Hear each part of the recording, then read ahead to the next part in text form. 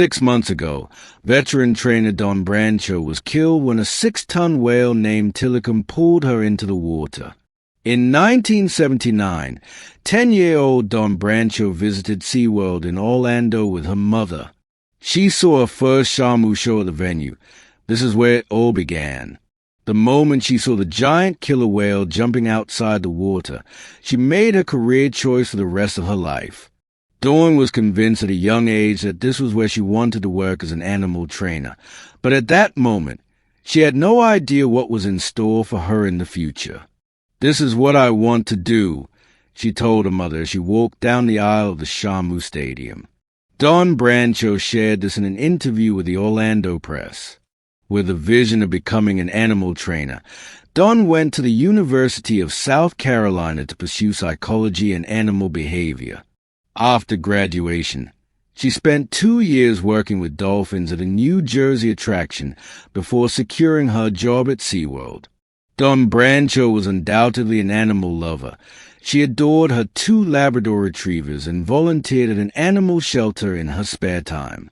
She also raised several stray ducks, chickens, rabbits, and small birds at her home.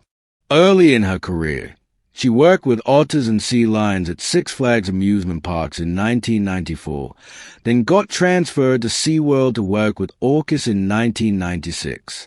That same year, she married Scott Brancheau, a stunt skier at SeaWorld. In 2000, Don appeared in a television interview to talk about the importance of staying physically fit to work with those underwater giants. She did weightlifting, running, and cycling. Fitness was a lifestyle for Dawn. She had to stay extremely fit to do what she did. Dawn was fully aware of the risks of her work, and even talked about them. She discovered that orcas rarely, if ever, attack humans in the wild, and that the chances of this happening in captivity were very low. Interestingly, orcas' interactions with divers and fishermen show that they are very social, intelligent, and curious creatures. Around her time with the orcas, she met Tilikum, a name that actually meant friend in Chinook, but his history quietly betrayed that in reality, he was not. Tilikum, also known as Blackfish, was first caught in Iceland in 1983.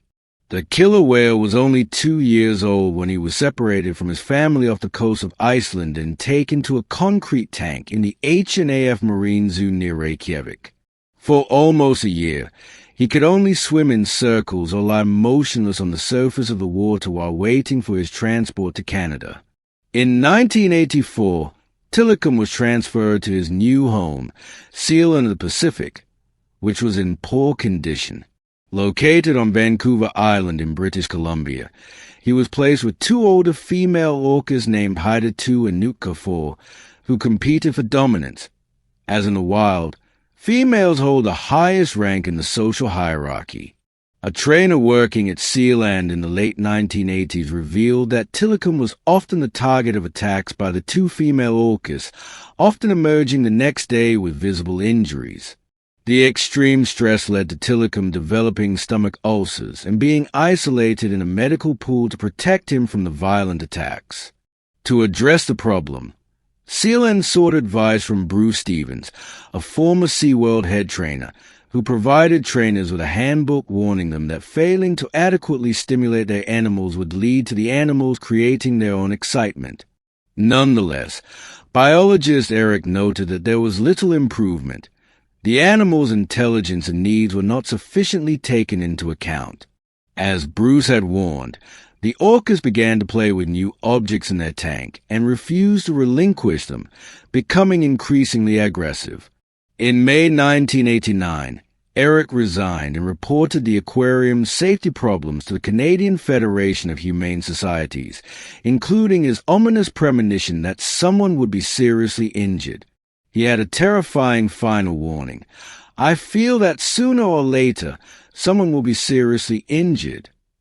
On February 20th, 1991, after performance, a tragic incident occurred when a University of Victoria marine biology student and part-time trainer, Kelty Byrne, age 20, slipped and accidentally fell into the orca pool. Tilikum and the two female orcas then attacked and killed her. She was just a 20-year-old student working part-time with orcas to make extra income.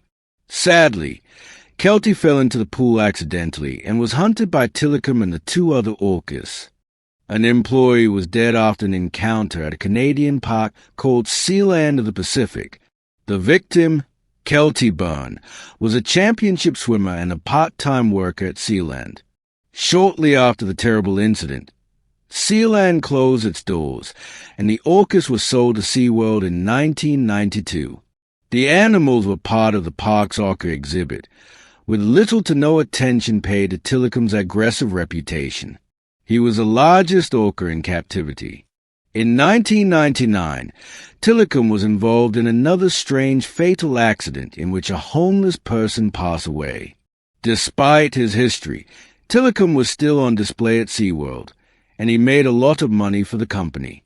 Tilikum and Dawn had trained together for many years. Those who worked with her said that their bond was strong and based on love and trust. But on February 24, 2010, on the day of the Shamu presentation, a terrible tragedy occurred. On this day, Tilikum and Dawn performed at the Dining with Shamu show at SeaWorld, where guests enjoyed an outdoor dinner with a live orca show.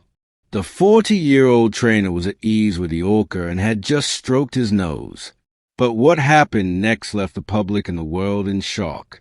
Dawn lay with her face next to Tilikum, the orca with whom she had spent countless hours and who had always treated her like a trusted companion.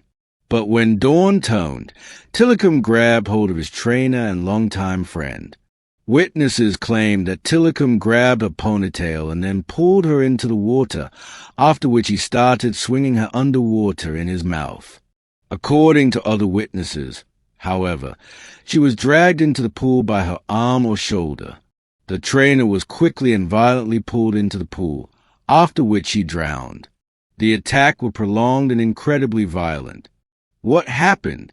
We had a female trainer back in the whale holding area. She apparently slipped or fell into the tank and was fatally injured by one of the whales. According to an autopsy that was made public, Tilikum thrashed his trainer around its pool, breaking her jaw, shattering a portion of her spine, dislocating one of her elbows, and even dislocating a knee. Brancheau drowned after being pulled into SeaWorld's pool on February 24th around 2 p.m. and passed away as a result of blunt force injuries to the head, neck, and chest. According to the autopsy, she was attacked by the orca with such force that a portion of her scalp was forcibly pulled from the skull. Tilikum's violent motions fractured Dawn's lower jaw, part of her vertebrae, and several ribs. Her left arm was also torn from its socket, and Dawn was scalped. Her hair and skin were found at the bottom of the pool. The autopsy was released while SeaWorld and Dawn's family were awaiting a courtroom decision on their request to keep a video of the fatal attack private. Even though the other trainers tried to divert him with nets and food for 45 minutes, Tilikum continued to sit on the basin deck with Dawn's shattered body. Eventually, they managed to get him into a smaller medical pool where he was easier to calm, and he finally released the body of the trainer who had spent so much time with him. Brancheau was just 40 years old when she passed away. She was laid to rest in the Holy Sepulchre Cemetery, located just outside of Chicago, Illinois. As for Dawn's family, they would rather remember her for how she lived and how she passed.